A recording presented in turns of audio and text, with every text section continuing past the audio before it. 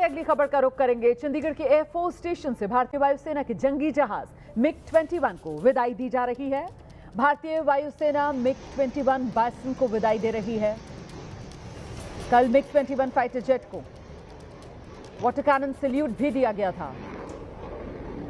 MiG-21 bison को 1963 में भारतीय वायुसेना में शामिल किया गया।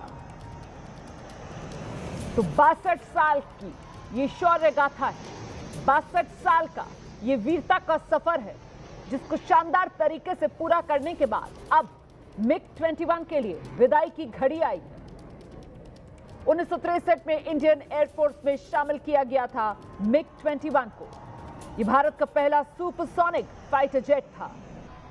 6 दशक तक वायुसेना की ताकत रहा ये फाइटर जेट। और इस मौके पर क्या कह रहे हैं रक्षा मंत्री राजनाथ सिंह, सुनाते हैं आपको।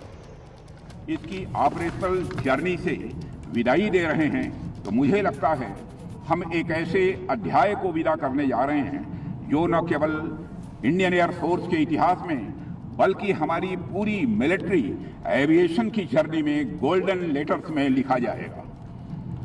MiG-21 केवल एक एयरक्राफ्ट या मशीन भर ही नहीं है, बल्कि यह भारत और रशिया के बीच गहरे संबंधों का एक प्रमाण भी है। साथियों, एक तरफ तो मिलिट्री एविएशन का खुद का जो इतिहास है वह अपने आप में इनक्रेडिबल है ही, दूसरी तरफ MiG-21 ने मिलिट्री एविएशन की जर्नी में कई और प्राउड मोमेंट्स यानी गौरव के क्षण जोड़े हैं।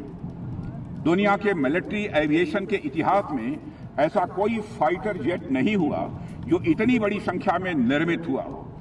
दुनिया भर में MiG-21 के 11,500 से अधिक विमान बनाए गए और उनमें से लगभग 850 विमान भारतीय वायुसेना का ही वो हिस्सा रहे हैं। साथियों, यह संख्या अपने आप में इस फाइटर एयरक्राफ्ट की पॉपुलैरिटी, इसकी क्रेडिबिलिटी और इसकी मल्टी डायमेंशनल कैपेबिलिटीज की एक टेस्टिमनी है। अभी आप लोगों ने देखा कि MiG-21 की फाइनल फ्लाई पास्ट को air chief marshal AP Singh ने स्वयं लीड किया है और यह इस मशीन की क्रेडिबिलिटी और एयर वॉरियर्स के मन में इसके सम्मान को दर्शाता है।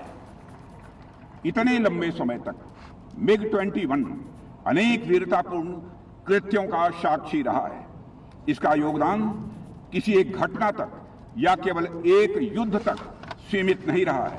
1971 के वार से लेकर कारगिल के युद्ध तक या फिर बालाकोट एयर स्ट्राइक से लेकर ऑपरेशन सिंदूर तक ऐसा कोई क्षण नहीं रहा जब MiG-21 ने हमारी आर्म फोर्सेस को जबरदस्त मजबूती न प्रदान की हो।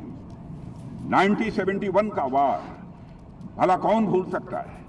MiG-21 ने पाकिस्तान के साथ युद्ध के दौरान विपरीत परिस्थितियों में जिस दिन ढाका के गवर्नर हाउस पर हमला किया, उसी दिन उस युद्ध के परिणाम की रूपरेखा तय कर दी गई।